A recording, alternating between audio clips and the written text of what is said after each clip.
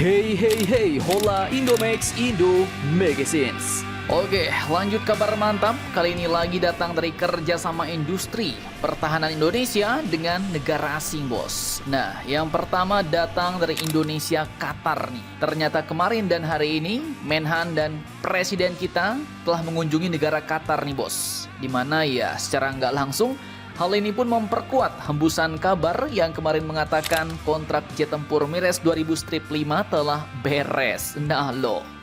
Dan kabar resminya, kemarin kunjungan Menhan pun dikatakan adalah juga salah satunya untuk memperluas kolaborasi pada teknologi drone, keamanan cyber, hingga rudal balistik dengan negara Qatar. Nah loh, bagaimanakah kabar selengkapnya setelah ini kita kupas.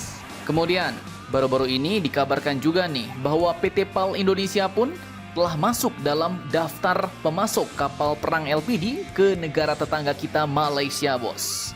Namun Indonesia pun masih menghadapi dua lawan tangguh yaitu Korea dan Italia yang juga menawarkan kapal LPD-nya masing-masing.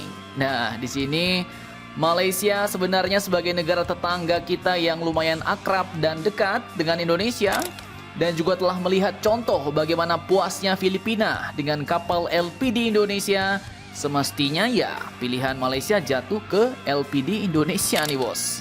Dan apakah alasan Malaysia lebih cocok memilih kapal LPD Indonesia ketimbang Korea dan Italia menurut admin? Penasaran beritanya? Cus, mari kita ulas berita lengkapnya satu persatu, bosku. Oke, berita mantap hari ini datang dari delegasi pemerintah kita yang mengunjungi negara Qatar. Nah loh, jadi ibarat kata nyambung pula nih ya kan dengan kabar yang kemarin, bos, yaitu kontrak Mires 2000-5 telah beres. Namun sayangnya dalam siaran pers di situs Kemhan yang admin kutip hari ini belum ada nih kabar yang mengatakan bahwa mereka membicarakan akuisisi jet tempur Mires dari Qatar. Mungkin belum waktunya diumumkan ya kan? Admin pun kurang tahu, bos. Tapi mantapnya, walaupun tak ada pembicaraan mengenai jet tempur Mires antara Kemhan RI dan Kemhan Qatar, mereka pun ternyata membicarakan alutsista-alutsista dan kerjasama pertahanan yang lain, bos. Nah, admin kutip dari situs kemhan.go.id. Pada Sabtu 12 April 2025 kemarin, Menteri Pertahanan Indonesia Bapak Safri Samsudin telah melaksanakan kunjungan kerja ke Kementerian Pertahanan Qatar. Dan tak main-main, bos. Dalam pertemuan perdana dengan Menhan Qatar, yaitu HE Sheikh Saud bin Abdul Rahman bin Hasan bin Ali Al Thani, Menhan RI pun menegaskan komitmen Indonesia untuk mempererat kerjasama pertahanan yang strategis dan visioner, bos. Visioner itu artinya berpandangan jauh ke depan.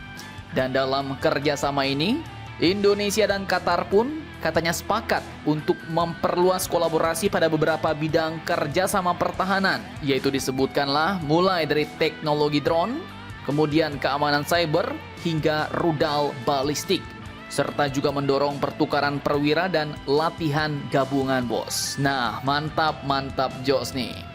Kemudian Menhan Safri juga menyampaikan dukungan terhadap inisiatif Qatar dalam mendorong perdamaian kawasan termasuk konflik Palestina dan Ukraina. Kesepahaman ini pun menjadi pondasi bagi pembentukan Umbrella Agreement dan forum dialog tahunan demi kerjasama yang berkelanjutan dan berdampak nyata antara Indonesia dan Qatar. Mantap jos. Jadi bakal ada kerjasama baru nih, bos, antara Indonesia dan Qatar, yaitu teknologi drone, cyber security, dan juga rudal balistik.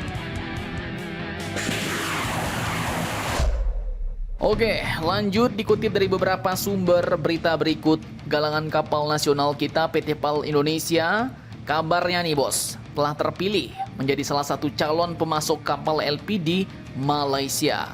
Dan saingannya katanya cuma dua, bos, dari galangan kapal asing, yaitu dari Hyundai Heavy Industries Korea Selatan dan juga Fincantieri Italia. Nah, dari negara kita Indonesia tentunya menawarkan kapal LPD Makassar Class nih, bos. Kabarnya yang ditawarkan adalah kapal LPD berdimensi panjang 125 meter dan lebar 22 meter. Jadi sama dengan yang dibeli Filipina kemarin. Sedangkan Korea menawarkan desain kapal HDL 13.000 dengan panjang 130 meter. Sementara itu, Fincantieri Italia menawarkan kapal LPD kelas San Giorgio dengan desain yang disempurnakan, berdimensi panjang 143 meter dan lebar 21,5 meter. Nah, jadi memang semua ukurannya nih mirip-mirip, bos. Dan yang lebih besar adalah penawaran dari Fincantieri Italia. Namun ya, jangan salah, bos. PT PAL juga bisa nih bikin ukuran yang lebih besar. Seperti contoh pesanan Uni Emirat Arab kemarin itu panjangnya 160 meter.